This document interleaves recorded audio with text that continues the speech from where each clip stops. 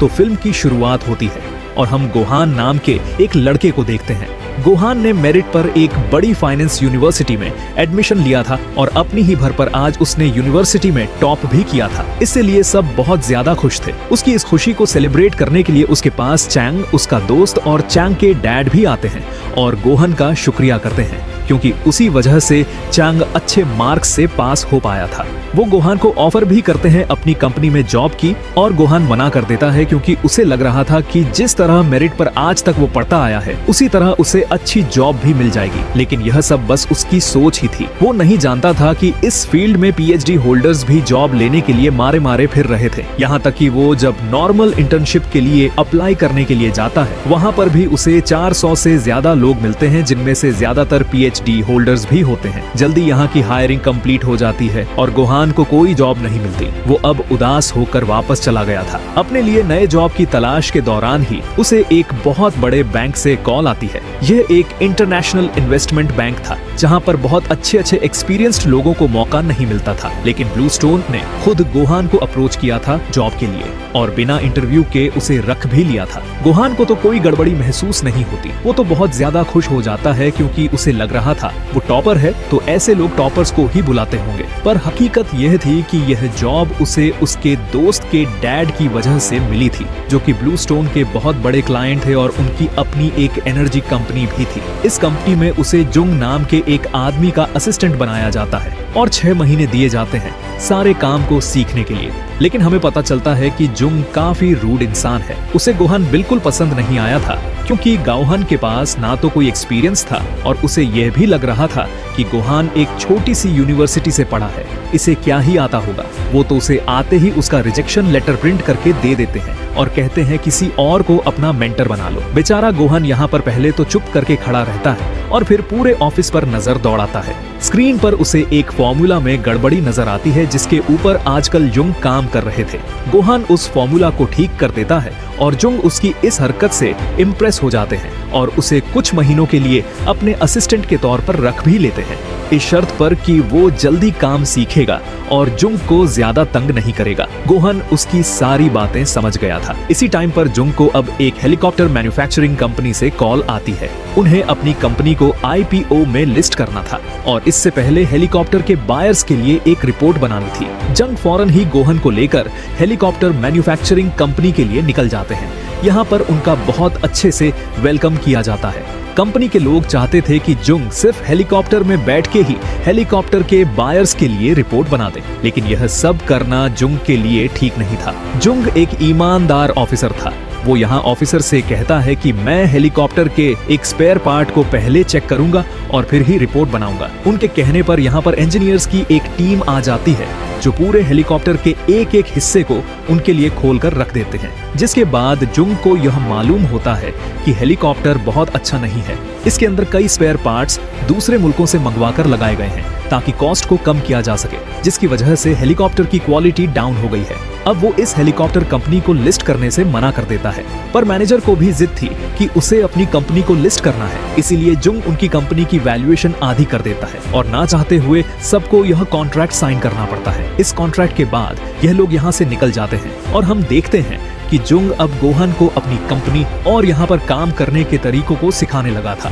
वो बताता है कि किस तरह एक बड़े इंटरनेशनल बैंक के अंदर छोटी छोटी कंपनियों को लिस्ट किया जाता है ताकि लोग वहाँ पर अपने फंड रेज कर सकें, अपना पैसा दे सकें, जिसके बाद उन पैसों को बिजनेस में लगाया जा सके और ऐसे न सिर्फ कंपनी पैसा कमाए बल्कि स्टॉक मार्केट के साथ साथ इन्वेस्टर्स भी पैसा कमाए। जुंग की बातों से पता चलता है कि ब्लूस्टोन सबसे पुरानी आईपीओ कंपनी थी, जहां पर अब तक जितने भी कंपनी जुंग ने लिस्ट की थी वो तकरीबन प्रॉफिट में ही रही थी। और अब गोहान भी दिल लगाकर यहाँ पर काम करने लग जाता है और कुछ सीखने के चक्कर में कई घंटे एक्स्ट्रा काम भी करता है। उसे यहाँ काम करके बहुत सी ऐसी चीजों का पता चल रहा था जो ना तो उसने सीखी थी और ना ही पढ़ी थी। जुंग तो पहले ही उससे इम्प्रेस था और अब उसका इंटरेस्ट देखकर वो गोहान को और भी ज्यादा पसंद करने लगता है और गोहान का एक एक डाउट बहुत अच्छे से क्लियर करता है, चाहे उसे भी अपना पर्सनल टाइम देना पड़े।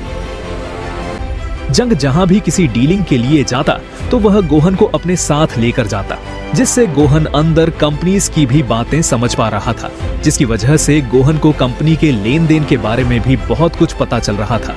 काफी महीनों की मेहनत के बाद फाइनली जंग ने गोहन को उसका पर्सनल प्रोजेक्ट दे ही दिया। उसे एक फार्मास्यूटिकल कंपनी का सारा डेटा एनालाइज करना था ताकि उसे आईपीओ के लिए लिस्ट किया जा सके। गोहन ने बहुत दिल लगाकर फार्मास्यूटिकल कंपनी की फाइनेंशियल रिपोर्ट तैयार की, जगह जगह से डेटा इकट्ठा किया और तरीके से एनालाइज किया। फाइनली वो दिन आ भी गया जब उसे फार्मास्यूटिकल कंपनी को लिस्ट करना था। फार्मास्यूटिकल कंपनी के ओनर के साथ डीलिंग शुरू हो जाती है और पता चलता है कि यह आदमी बहुत ही ज्यादा चालाक था। वो न सिर्फ अपने मुल्क में बल्कि इंटरनेशनल में भी अपनी कंपनी को लिस्ट करना चाहता था और यहाँ ब्लूस्टोन में भी अपनी कंपनी की वैल्यूएशन ज्यादा रखना चाहता था। इसीलिए वो गोहन की बनाई हुई फाइनेंशियल रिपोर्ट को रिजेक्ट कर देता है और कहता है कि फाइनेंशियल रिपोर्ट हम खुद तैयार कर देंगे, आप लोग बस उस पर साइन करेंगे। जंग, जो कि अपने सुलूक के बगैर काम नहीं करता था, इतनी बड़ी डील को कैंसिल करके चला जाता है। हालांकि उसके करियर में इस डील से बहुत ही ज्यादा फायदा होने वाला था। गोहन भी रात के अंधेरे में काफी मायूस होकर ऑफिस वापस लौटता है। वो सोच रहा था कि जंग ने ऐसा क्यों किया। जंग अगर उसकी बात मान लेता तो आज गोहन की भी जॉब पक्की हो जाती, लेकिन यहाँ पर स्वीपर उसे समझाता है और कहता है, तुम शायद जानते नहीं हो जंग को। जंग एक बहुत ही ईमानदार ऑफिसर है। बज़ाहिर यहाँ पर लोग जंग को पसंद नहीं करते, लेकिन सब के सब लोग उन आईपीओज के शेयर्स जरूर खरीदते हैं जिन्हें जंग लॉन्च करता है, क्योंकि जंग का एनालिसिस हमेशा बहुत अच्छा होता है। वो सूलों पर काम करते हैं, इसी वजह से लंबे अरसे तक शेयर्स अपने पास रखने की वजह से लोगों को बहुत बड़ा प्रॉफिट भी होता है। यहाँ गोहन को लग रहा था कि अब जो भी उसे करना है खुद ही करना है, क्योंकि जंग तो उसे कोई और दूसरी डील देने वाला नहीं। वह बहुत सारी बड़ी कंपनीज को देखता है जिसके आईपीओज लिस्ट नहीं हुए थे। उसे एक डॉग फूड कंपनी मिलती है जिसके बारे में वो पहले सारी इंफॉर्मेशन कलेक्ट करता है, बाजार जाकर उसके प्रोडक्ट्स लेता है, उसकी एक बेहतरीन सी फाइनेंशियल रिपोर्ट बनाता है और फिर जाकर उस कंपनी की सीईओ को कॉल करता है। अब गोहन के खुद कांटेक्ट करने पर वो लड़की गोहन से इम्प्रेस हो जाती है और गोहन को मीटिंग करने के लिए बुला लेती है। गोहन बहुत खुश होकर जंग के पास जाता है और उसे बताता है कि उसने किस तरह से इस डील को लेने के लिए मेहनत की है और एक तरीका चेंज किया है। जंग को भी यह तरीका पसंद आया था। वो अब गोहन की रिपोर्ट और काम को चेक करता है और उसमें सारी गलतियां निकालते हुए वो हर चीज को परफेक्ट करके दोनों मिलकर उस कंपनी की सीईओ से बात करने के लिए निकल जाते हैं। अब पहले ही मीटिंग में गोहन और जंग दोनों ही यह अंदाजा लगा लेते हैं कि उस औरत को ना तो इस डील में ज्यादा कोई इंटरेस्ट है और ना ही जंग के अंदर। वो काफी ज्यादा इंटरेस्ट गोहन में दिखा रही थी और इसकी वजह से जंग को काफी हंसी भी आ रही थी। यहाँ तक कि वो लेडी तो गोहन को अपने घर भी बुला लेती है ताकि आईपीओ के टॉपिक पर ज्यादा अच्छे से बात कर सके।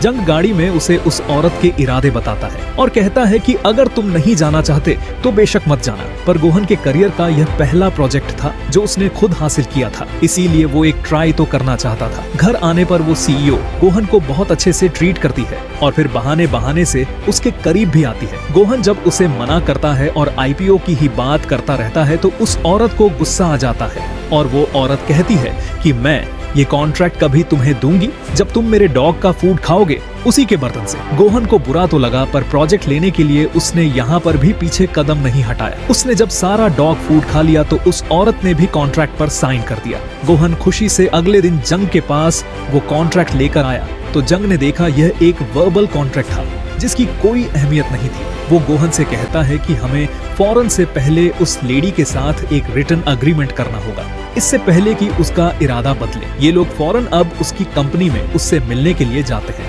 लेकिन यहाँ पर वो सीईओ उनसे मिलने से मना कर देती है और पता चलता है कि वो सीईओ गोहन के साथ गेम खेल रही थी। उसकी बनाए फाइनेंशियल रिपोर्ट के जरिए वो किसी और कंपनी से कॉन्ट्रैक्ट करते हुए अपनी आईपीओ लिस्ट कर देती है और इस सारे धोखे से गोहान पूरी तरह टूट जाता है। पर जंग उसे उम्मीद दिलाता है कि आगे जरूर उसके साथ कुछ अच्छा होगा। फिर कुछ ही देर में यहाँ पर कंपनी के सभी जनरल मैनेजर्स की मीटिंग को दिखाया जाता है जहाँ इनसे एक नए कॉन्ट्रैक्ट पर साइन लिए जा रहे थे। ली, जो कि इन सब की हेड थी, वो चाहती थी कि अब 100 मिलियन नहीं बल्कि 500 मिलियन तक की कोई भी इन्वेस्टमेंट अगर कंपनी करना चाहे तो ली उसे अकेले ही अप्रूव कर सके बिना किसी जनरल मैनेजर के साइन के और अप्रूवल के। अब सभी जनरल मैनेजर्स जो कि अपनी सीनियर्स के गुड बुक्स में रहना चाहते थे वो तो ये साइन कर देते हैं, पर जंग ये साइन नहीं करता। वो सबके सामने ये प्रपोजल रिजेक्ट करके यहाँ से चला जाता है और ली को बहुत ज्यादा गुस्सा आता है। ली गुस्से में अब गोहान को अपने पास बुलाती है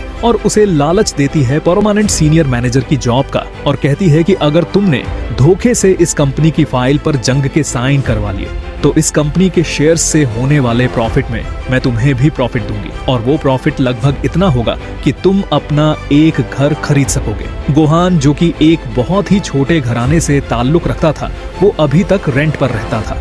ये सारी बात सुनकर उसके भी दिल में लालच आ जाता है। हालांकि वो भी जंग की तरह एक ईमानदार ऑफिसर था, पर अपनी मजबूरियों को देखते हुए वो ली की बात मान जाता है। अब गोहान जैसे ही जंग के पास आता है तो जंग बहुत ज्यादा गुस्से में उससे मिलता है। कहता है, तुम जानते हो कि ली कितनी घटिया इंसान है। उसने उन डॉक्यूमेंट्स में बहुत बड़ा फ्रॉड किया हुआ है, और जिस कंपनी को वो IPO में लिस्ट करने जा रही है, उस कंपनी ने पिछले कई सालों में वर्कर तो हायर किए हैं, लेकिन एक टेक्नीशियन हायर नहीं किया। तो इसका मतलब है कि उनके प्रोडक्ट में 100% टेक्निकल खराबियां होंगी।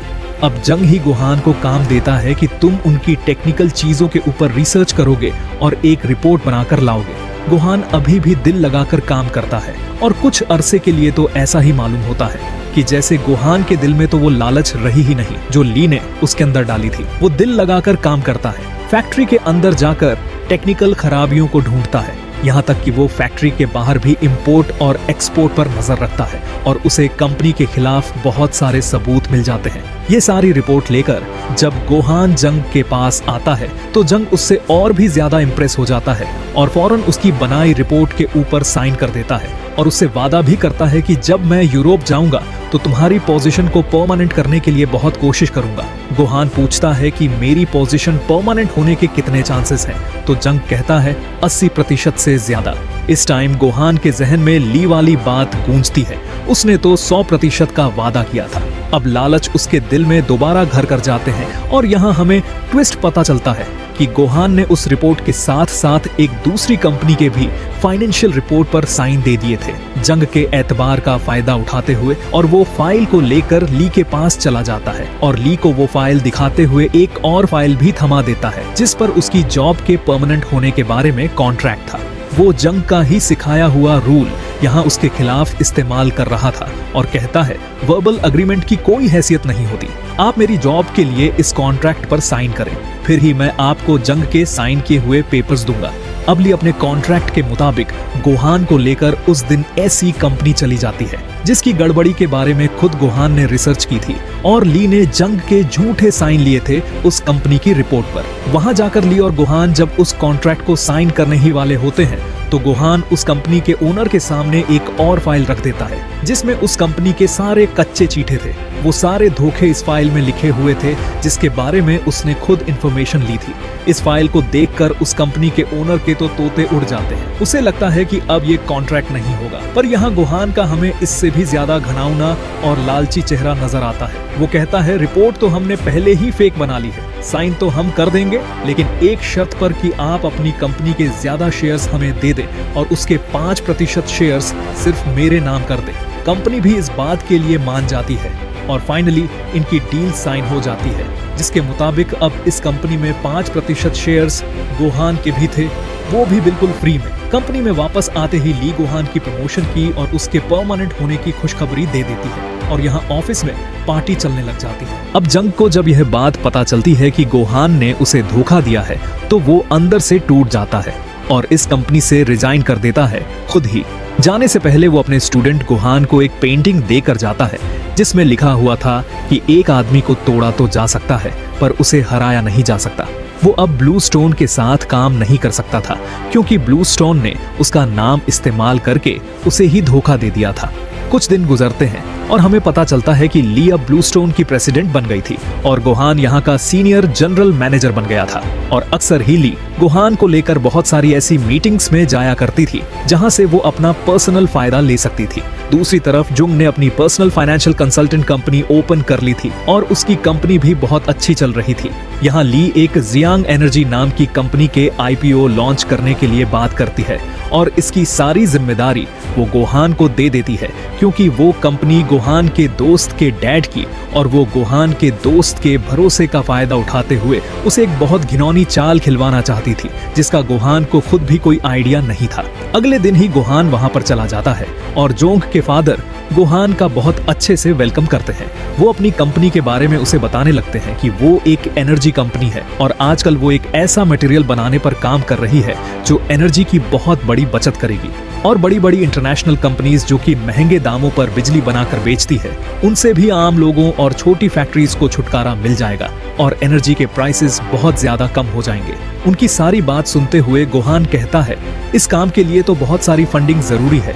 जो आपकी पहले आईपीओ से फंडिंग आ रही है वो काफी नहीं होगी। मुझे लगता है कि आपको और भी आईपीओज लॉन्च करने चाहिए ताकि फंडिंग ज्यादा से ज्यादा बढ़ जाए। यहाँ तक उसका दिल बिल्कुल साफ था, उसके दिल में कोई चोर नहीं था, लेकिन असल में ली के दिल में चोर था जो इससे ये सारा काम करवाने वाली थी। गोहान के जरिए जियांग से खिलवाती है कि वो अपनी कंपनी के कुछ शेयर्स ब्लू स्टॉक के नाम कर दे, इस गारंटी पर कि 2 साल तक उनकी कंपनी प्रॉफिट में ही जाएगी। इसके बदले ब्लू स्टॉक उसे 2 आईपीओ और लॉन्च करके देगा, जिसके जरिए वो एक के बजाय 2 एनर्जी सोर्स को प्रोड्यूस कर पाएंगे। जुंग के डैड ने कुछ देर के लिए सोचा और फिर इस अग्रीमेंट पर साइन कर दिया।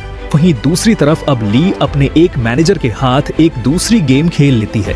जियांग कंपनी की एक राइवल कंपनी यानी दुश्मन कंपनी के साथ वो कॉन्ट्रैक्ट कर लेती है और उसकी भी शेयर होल्डर बन जाती है। हालांकि ये कंपनी ज्यादा प्रॉफिट में नहीं जा रही थी, पर क्योंकि अब ब्लू स्टॉक के पास जियांग कंपनी के भी शेयर्स थे तो जियांग कंपनी के सारे पर्सनल डॉक्यूमेंट्स भी इनके पास थे।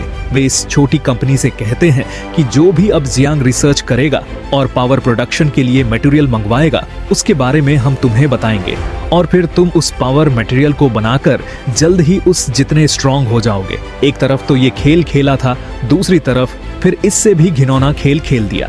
अब वो मटेरियल कंपनी जिससे जियांग मटेरियल मंगवाया करता था, उस मटेरियल कंपनी के भी शेयर्स खरीदते हुए ब्लू स्टॉक ने उसके ऊपर शर्त रख दी कि तुम मटेरियल अब जियांग कंपनी को नहीं दोगे बल्कि दूसरी छोटी उसकी दुश्मन कंपनी को दोगे।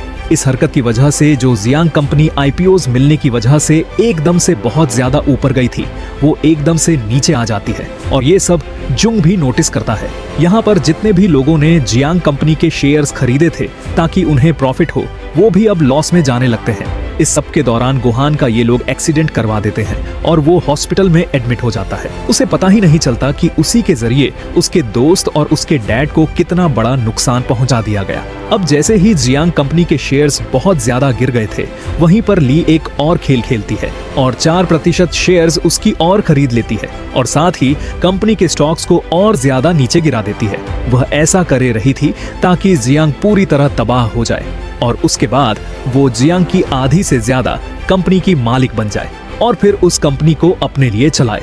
अपना चाहते हुए जियांग को ये सारी शर्तें ब्लू स्टोन की माननी पड़ती हैं और वो ब्लू स्टोन के नाम पर ली के जाल में फंस जाते हैं और अपने कारोबार का बहुत बड़ा लॉस करवा देते हैं और इस लॉस के दुख में उनको हार्ट अटैक आ जाता है। गोहान को जब हॉस्पिटल में हो जाता है तो ये सारी रिपोर्ट पढ़कर वो बहुत ही ज्यादा शॉक में रह जाता है। उसे ली के धोखे ये सारी समझ आ गई थी। वो जल्दी से ली के ऑफिस में जाता है और उसे बहुत बुरा भला कहता है। वो कहता है, मैं समझ गया हूँ तुम्हें सिर्फ जियांग कंपनी की टेक्निकल रिपोर्ट चाहिए थी जिसके लिए तुमने इतनी घिनौनी चाल चली और उसके बाद उनकी कंपनी दबा कर दी। इसी वजह से अब मैं तुम्हारे साथ कोई और काम नहीं करूंगा।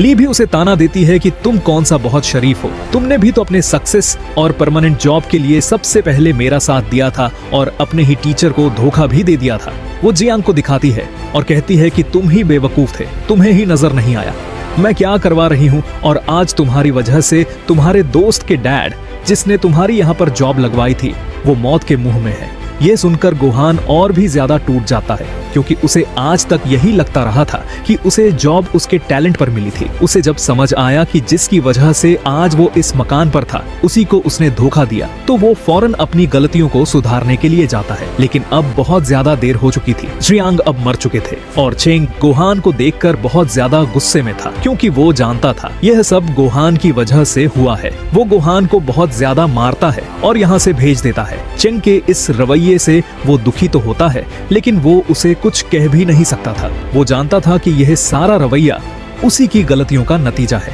अपनी गलती सुधारने के लिए वो जोंग के पास जाता है, जो कि उससे बहुत ज्यादा नाराज थे। उसकी शक्ल भी नहीं देखना चाहते थे। वो जोंग से माफी मांग लेता है और कहता है, प्लीज अगर आप मेरी मदद नहीं करेंगे तो मेरे साथ साथ जियांग कंपनी और जियांग कंपनी से जुड़े सारे छोटे छोटे इन्वेस्टर्स जिसके पैसे जियांग में इन्वेस्ट हैं और फंसे हुए हैं, वो सभी मारे जाएंगे। उन लोगों के लिए ही सही। पर जोंग गुहान की बात मानने के लिए तैयार हो जाता है। इसके बाद गुहान अपने दोस्त के पास जाता है और उससे माफी मांगता है। वो कहता है, मैं मानता हूँ कि तुम्हारी कंपनी के साथ और तुम्हारे डैड के साथ जो कुछ हुआ वो मेरे धोखे की वजह से हुआ, लेकिन मेरे यकीन मानो मैं तुम्हें धोखा नहीं देना चाहता था। यह धोखा ली ने मुझे दिया है। मेरी बस इतनी गलती थी कि मैंने ली के ऊपर एतबार किया और वो सारे प्रपोजल्स मैं अंकल तक लेकर आया, लेकिन मेरा अब यकीन मानो मैं सब कुछ ठीक कर देना चाहता हूँ और तुम्हारी कंपनी तुम्हें वापस दिलवाना चाहता हूँ ली से। अब जुंग और गुहान मिलकर एक बहुत बड़ी चाल चलते हैं। एक सिक्योरिटी कंपनी की एड में वो जियांग कंपनी के बहुत सारे शेयर्स खरीद लेते हैं और उसके प्राइसेस को ऊपर बढ़ाना शुरू कर देते हैं। बजाय तो ये सारे शेयर्स एक सिक्योरिटी कंपनी खरीद रही थी, लेकिन असल में यह सब धोखा था। ये शेयर्स सारे बड़े बड़े जियांग के प्रोफेशनल मार्केट ऑपरेटर्स खरीद रहे थे। ये चाल ली को समझ ही नहीं आती। उसने तो ब्लूस्टोन के नाम पर जियांग की दुश्मन कंपनी से कॉन्ट्रैक्ट किया हुआ था कि वो जियांग को तबाह कर देंगे, और अगर अब जियांग का 100% कंट्रोल उन्हें ना मिलता तो वो एक जगह से नहीं दो जगह से फंस जाती।